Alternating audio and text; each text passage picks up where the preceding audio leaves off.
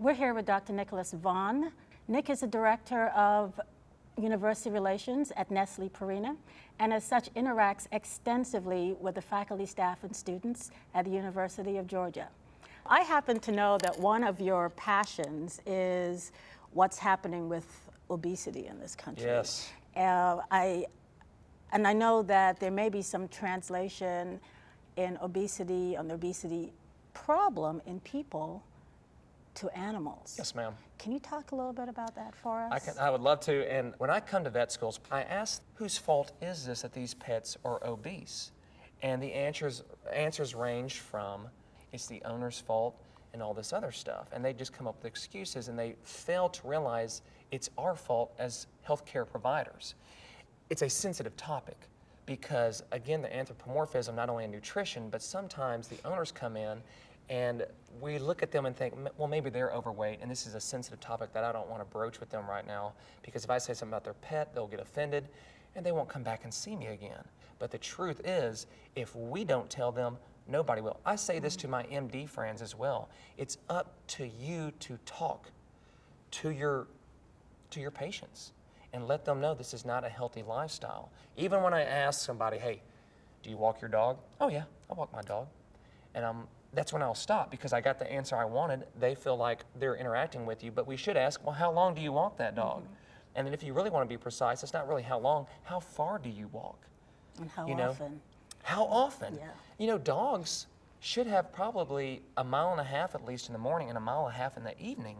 These are animals that need stimulation to have well-being and wellness at the home. It's not good enough for me. And everybody has a 9 to 5 these days. Everybody has an 8 to 6:30 these days in America. Yeah. I mean, it gets pretty tough. And so they'll go out in the morning, they'll have their coffee, and they'll walk their dog, maybe down to the local fire hydrant, do their business, and come back, talk on the cell phone, and they didn't have a whole lot of interaction. But to them, it was enough to get out. Yeah. Then they leave for work, come back in the evening, repeat that, and the dog has not had its chance to socialize. And so that can play into its overall well-being. That can contribute to disease later on. It contributes to stress. I mean, you cannot say that it happens in humans, but it doesn't happen in animals. I mean, it does, dogs and cats alike. Well, that leads me into something else I've wondered about, because I will hear someone say, well, my dog is fat, but he's happy.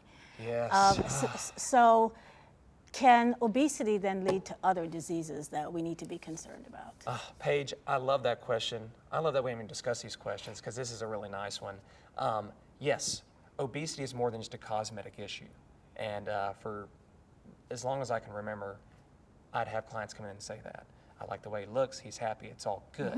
But is it really all good? No, later these animals come in for type 2 diabetes. That's the transient form of diabetes that you can acquire through your diet and through your lifestyle. So when I'm dealing with clients all the time that come in with terminal diseases, it's such a hard conversation. Much more challenging to have that conversation than obesity. I know you feel sensitive towards your clients, but if you could promise them 2 extra years, they would take it. Clients will, you know, they care about these animals. They'll pay any money. If I can give you 2 years on the front side, just restrict how much you're feeding, sign me up. I mean, it's free. Actually, you save money because you feed less pet food.